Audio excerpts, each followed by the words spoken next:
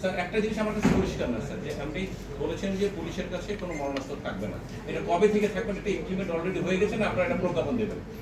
আমরা এটার ক্ষেত্রে আজকে মিটিং এ একটা ডিসিশন এটা সিদ্ধান্ত দেবো। এখন সিদ্ধান্তটা তো একেবারে লেভেলে তো ধরেন বলার সাথে সাথে হয়ে যায়, একটু তো সময় একটু সময় লাগবে।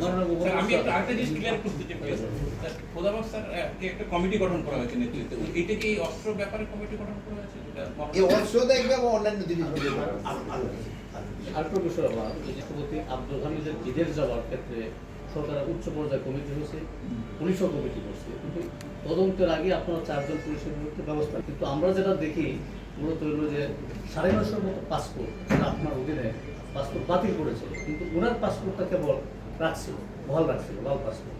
উনি তো লাল পাসপোর্ট ব্যবহার করে গেছে, পাসপোর্টের বিরুদ্ধে কারো বিরুদ্ধে কোনো ব্যবস্থা নেওয়া হয়েছে বা এটার ক্ষেত্রে এই নতুন একটা কমিটি করা হয়েছে, যেহেতু অনলাইনের ক্ষেত্রে এবং উনি ছিলেন সেই সময় মহামান্য প্রেসিডেন্ট, সবার ক্ষেত্রে কি সবাই প্রযোজ্য কিনা আমি তো জানি না, এই জন্য তারা ইনভেস্টিগেশন করে দেখ যে এইটা তোমার কাছে পাসপোর্টটা রাখা বৈধ ছিল কি অবৈধ ছিল। এখন অনেক আপনারা তো জানেন যে প্রেসিডেন্টরা করে মানে দেওয়ার পরেও কিন্তু তারা ওয়ারেন্ট প্রেসিডেন্টের 4 নাম্বার না 5 নাম্বার 4 নাম্বারে থাকে, তো তারা ওই হিসাবে কিছু কিছু সুযোগ সুবিধা পায়।